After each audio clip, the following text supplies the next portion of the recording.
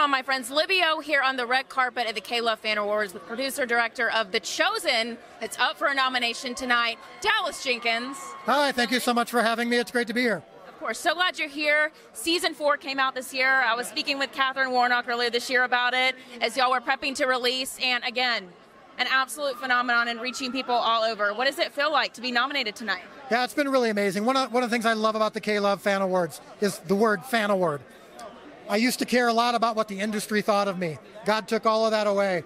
And now that The Chosen has become what it's become, nights like tonight remind us why we do it. It's called Film Impact is our category. Yeah. Impact is why we do this. And so that's what's really gratifying about tonight.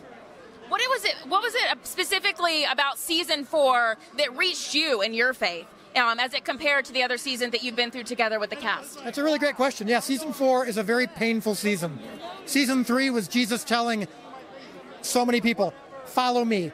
If you're weary and heavy laden, I will give you rest. Well, season 4, Jesus is weary and heavy laden. Yeah. He needs rest. Some of it's because of what's to come. Some of it's because his followers aren't understanding him, and it breaks his heart. So it's very meaningful to me to kind of go back to that place and go, we have the luxury of looking back on the Gospels, and we can kind of judge those who didn't quite get it. Yeah. But for me, it's like I want to make sure that I'm always surrendered, always humbled, always trying to be like Christ, and not getting ahead of him with my own ways of seeing things, which is what the disciples were doing.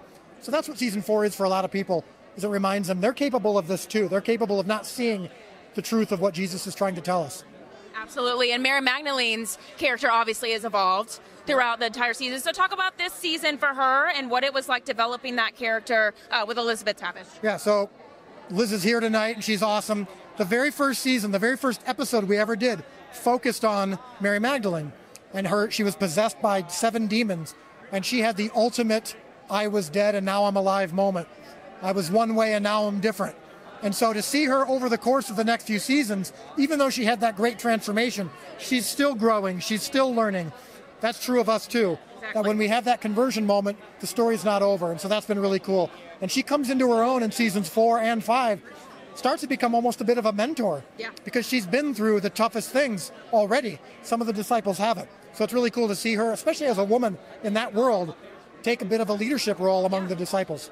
And that we constantly need him through all seasons. So congratulations on everything, and thanks for stopping by. Yeah, thanks so much for having me. Have a good night. Yeah, you too.